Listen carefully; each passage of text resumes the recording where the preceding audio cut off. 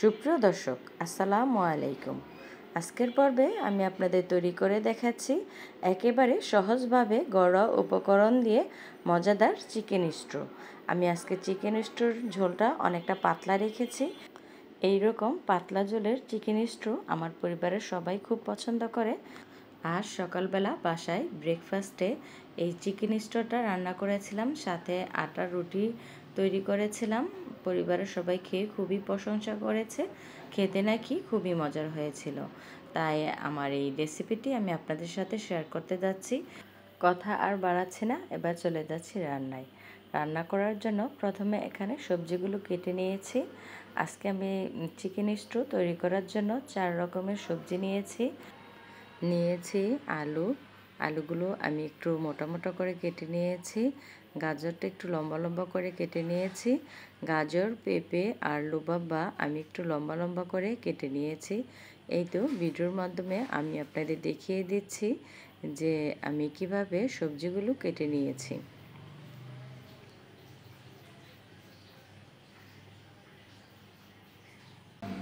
রান্না করার জন্য চুলায় একটি প্যান বসিয়ে দিয়েছি। প্যানে দিয়ে দিলাম 2 টেবিল চামচ পরিমাণে সাদা তেল। এখানে তেলের পরিমাণটা খুবই অল্প দিতে হবে। দিয়ে দিচ্ছি 2-3টি করে দারচিনি, লবঙ্গ, এলাচ এবং তেজপাতা। গরমের মশলাগুলোকে হালকা করে একটু তেলে ভেজে নিলে খুব সুন্দর একটি স্মেল আসবে। এখন এখানে দিয়ে দিচ্ছি হাফ কাপের মতো পেঁয়াজ কুচি।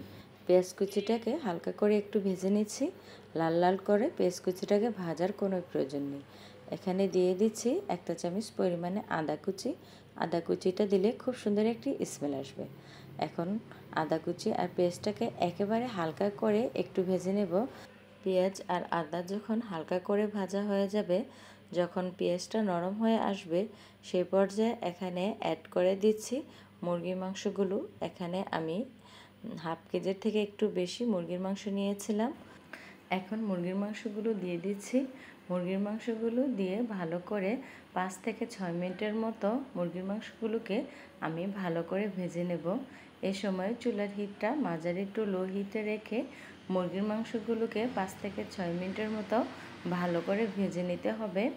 এ সময় কিন্তু লক্ষ্য রাখতে হবে মুরগির মাংসটা যাতে নিচের দিক থেকে পুড়ে না যায়, তাহলে চিকেন স্টুর কালারটা খুব একটা ভালো আসবে না, খেতেও ভালো লাগবে না। মুরগির মাংসতে দিয়ে দিচ্ছি স্বাদ মতো লবণ দিয়ে আমি আবারও মুরগির মাংসটাকে উল্টিয়ে পাল্টিয়ে ভালো করে নাড়াচাড়া করে ভেজে নিচ্ছি।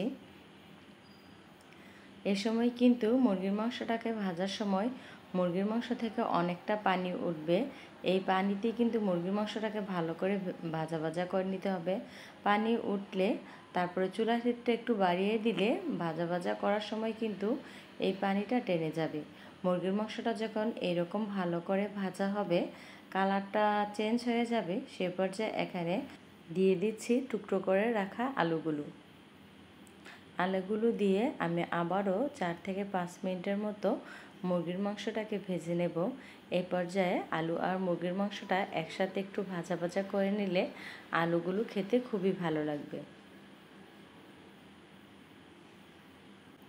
আলু এবং মুরগির মাংসটাকে একসাথে ভাজা করার সময় দিয়ে দিলাম 2 চা চামচ পরিমাণে আদা রসুনের পেস্ট। এখানে আমি আদা, পেঁয়াজ এবং রসুন একসাথে করে ব্লেন্ড করে নিয়েছি।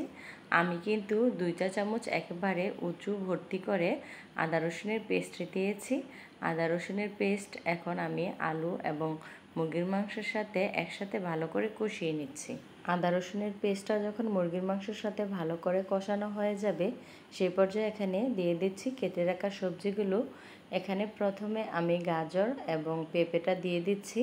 গাজর এবং পেঁপে দিয়ে আমি আবারও 2 মিনিটের মতো মুরগির মাংসটাকে ভালো করে নাড়াচাড়া করে কষিয়ে নিচ্ছি।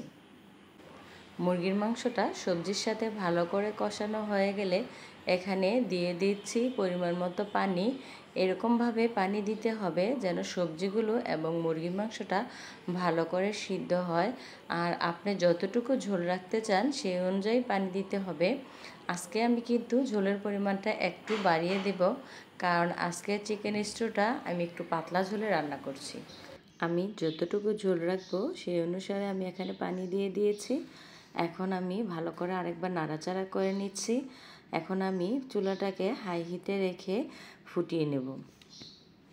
যখন এইভাবে ঝোল দেওয়া হয়ে যাবে তখন কিন্তু চুলাটাকে হাই হিটে রেখে ভালো করে ফুটিয়ে নিতে হবে। 5-6 মিনিটের মতো চিকেন স্টুটাকে জাল করার পরে যখন এখানে আলু, পেঁপে, গাজর সিদ্ধ হয়ে যাবে সে পর্যায়ে এখানে দিয়ে দিচ্ছি কেটে রাখা লুবাব্বাগুলো। লুবাব্বাগুলো সিদ্ধ হতে বেশি একটা সময় লাগে না, তাই আমি একটু লেট করে দিয়েছি। এরকম অবস্থায় লুবাব্বাগুলো দিলে লুবাব্বার এই সুন্দর কালারটি থাকবে। লুবাব্বাটা যদি অতিরিক্ত পরিমাণে সিদ্ধ করি তাহলে কিন্তু এই সবুজ কালারটা থাকবে না, নষ্ট হয়ে যাবে, দেখতেও ভালো লাগবে না। চিকেন স্টুর সবগুলো সবজি যখন একেবারে সিদ্ধ হয়ে যাবে, চিকেন স্টুটা যখন একেবারে তৈরি হয়ে যাবে সে পর্যায়ে এখানে আমি একটি বাগার দিয়ে দিচ্ছি। বাগারের জন্য দিয়ে দিলাম 2 চা চামচ পরিমাণে বাটার, সাথে দিয়ে দিচ্ছি 1 চা চামচ পরিমাণে রসুন কুচি। এখন রসুন কুচিটাকে আমি হালকা করে একটু ভেজে নিচ্ছি। সাথে দিয়ে দিচ্ছি একটি টমেটো। টমেটোটাকে আমি একটু বড় বড় মোটা মোটা করে কেটে নিয়েছি। এখন টমেটোটাকে আমি 2 মিনিটের মতো একটু বাটারের সাথে ভেজে নিচ্ছি। আর ঝালের জন্য দিয়ে দিলাম 4টি কাঁচামরিচ মাঝখান দিয়ে ভেঙে। এখন এই রসুন, কাঁচামরিচ আর টমেটোগুলো আমি 2 মিনিটের মতো এই বাটারে একটু টস করে নিচ্ছি। বেশি ভাজার প্রয়োজন নেই, হালকা 2 মিনিট ভাজলেই হবে। ভাজা হয়ে গেলে এখন আমি এই বাগারটা চিকেন স্টুতে দিয়ে দিচ্ছি। সবশেষে রসুনের বাগাটা চিকেন স্টুর ভিতরে দিয়ে একটু নাড়াচাড়া করে নিচ্ছি। এভাবে একটু নাড়াচাড়া করে নিলেই তৈরি হয়ে গেল খুব সহজেই মজাদার চিকেন স্টু। চিকেন স্টুতে আরেকটু স্ট্রং ফ্লেভার আনার জন্য দিয়ে দিলাম 1 চা চামচ পরিমাণে ভাজা জিরার গুঁড়ো, সাথে দিয়ে দিচ্ছি 1/2 চা চামচ পরিমাণে ধনিয়ার গুঁড়ো। এই তো খুব সহজেই তৈরি হয়ে গেল মজাদার চিকেন স্টু। এখন শুধু হচ্ছে খাবার পালা।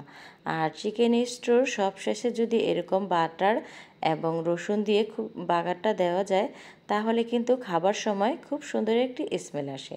আর আমার বাসায় ধনিয়া পাতা ছিল, সাথে একটু ধনিয়া পাতা দিয়ে দিলাম। ধনিয়া পাতা দেওয়াতে কিন্তু চিকেন স্টুর কালারটা আরেকটু বেশি সুন্দর হয়েছে। এখন আমি চিকেন স্টুর লুকটা আপনাদের খুব কাছ থেকে দেখিয়ে দিচ্ছি যে কতটা লোভনীয় হয়েছিল আমার এই চিকেন স্টুটা। আমার এই চিকেন স্টুর রেসিপিটি যদি আপনাদের কাছে একটুখানি ভালো লেগে থাকে তাহলে প্লিজ একটি লাইক দিতে ভুলবেন না। আর যদি একটু বেশি ভালো লেগে থাকে তাহলে প্লিজ সাবস্ক্রাইব করে আমার চ্যানেলের সাথেই থাকবেন। চিকেন স্টুটা একেবারেই তৈরি হয়ে গেছে, এখন হচ্ছে এটা খাবার পালা। আর আমি যখন ভিডিওতে ভয়েস দিচ্ছিলাম তখন কিন্তু অলরেডি এটা আমার খাওয়া হয়ে গেছে।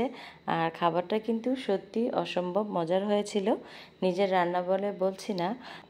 আমার আজকের ভিডিওটি আপনারা যারা দেখছেন অবশ্যই একবার হলো বাসায় এই রান্নাটি ট্রাই করে দেখবেন, খেতে কিন্তু অসম্ভব মজার হবে। আমি কিন্তু আজকে চিকেন স্টু রান্না করেছি একেবারে কম তেল মশলায়, তাই খেতেও একটু বেশি মজার হয়েছিল। আর চিকেন স্টু দিয়ে খাওয়ার জন্য আমি এখানে বাসায় আটার রুটি তৈরি করে নিচ্ছি। সকালবেলার নাস্তায় চিকেন স্টু এবং আটার রুটি তৈরি করেছিলাম। চিকেন স্টু দিয়ে কিন্তু আটার রুটিটা খেতে খুবই মজার হয়েছিল। সকালবেলা পরিবারের সবাইকে নিয়ে খেয়েছিলাম। আর এই রকম ফুলকো ফুলকো রুটির সাথে কিন্তু খেতে অসম্ভব মজার হয়েছিল। আর কি বলবো, আর কথা বাড়াচ্ছি না, এবার বিদায় নিচ্ছি। আবারও দেখা হবে নতুন কোনো সহজ রেসিপি নিয়ে। সে পর্যন্ত সবাই ভালো থাকবেন, সুস্থ থাকবেন। আসসালামু আলাইকুম। এই তো টেবিলে খাবারটা সাজিয়ে দিয়েছি, এখন বাচ্চা কাচ্চা নিয়ে পরিবারের সবাইকে নিয়ে খেতে বসবো। ভিডিওটি ভালো লাগলে প্লিজ একটি লাইক দিতে ভুলবেন না। আল্লাহ হাফেজ।